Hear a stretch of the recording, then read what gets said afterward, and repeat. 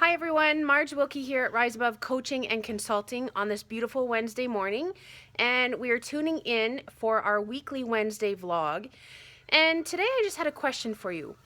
I'm wondering how many of you have had your place of comfort filled with chaos. Now, I'll tell you why I'm asking this question. On the weekend, I attended church with a girlfriend of mine. Now, I'm not really a churchgoer. However, this church I do really like. They have great live music, and I find the minister uses a lot of everyday life situations in his sermons. This week, his sermon was on this exact topic. What do you do when your place of comfort is filled with chaos? What kind of solution do you come up with? How do you come up with it? And he came up with two great answers that I left there with. Now, I just want to share a little personal story with you.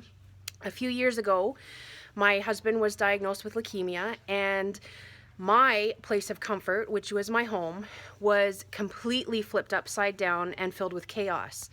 Now, everything is going great to this day. He is in remission, but our two sons, who were 10 and 13 at the time, or 14, took it pretty hard, as did my husband and I.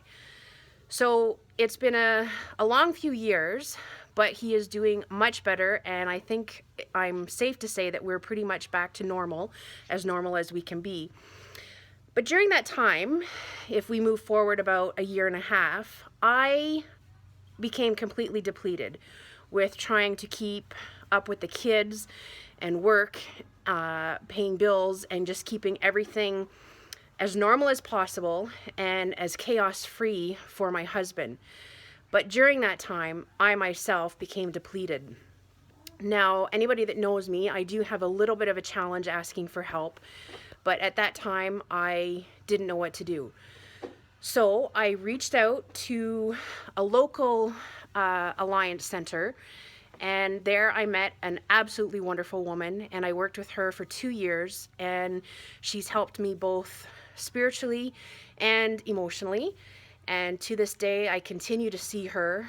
I go there for Reiki whenever possible, and that just happens to be my way of dealing with things and getting my chakras back in line. So that was kind of my way of dealing with chaos. Now, there's so many venues out there, so many places of help, and it just takes a little bit of courage to ask for it. Speaking of courage, that's one of the lessons that I took from this past Sunday service. We've talked about change, and change can be very scary. So when you're making a change, it takes a lot of courage. Once you find that courage and you've made that change, a lot of times you've come up with your solution to the chaos in your life. Another thing that he brought to everybody's attention is fear. So again, we talk about change. It's a little bit scary, and there could be a little bit of fear involved.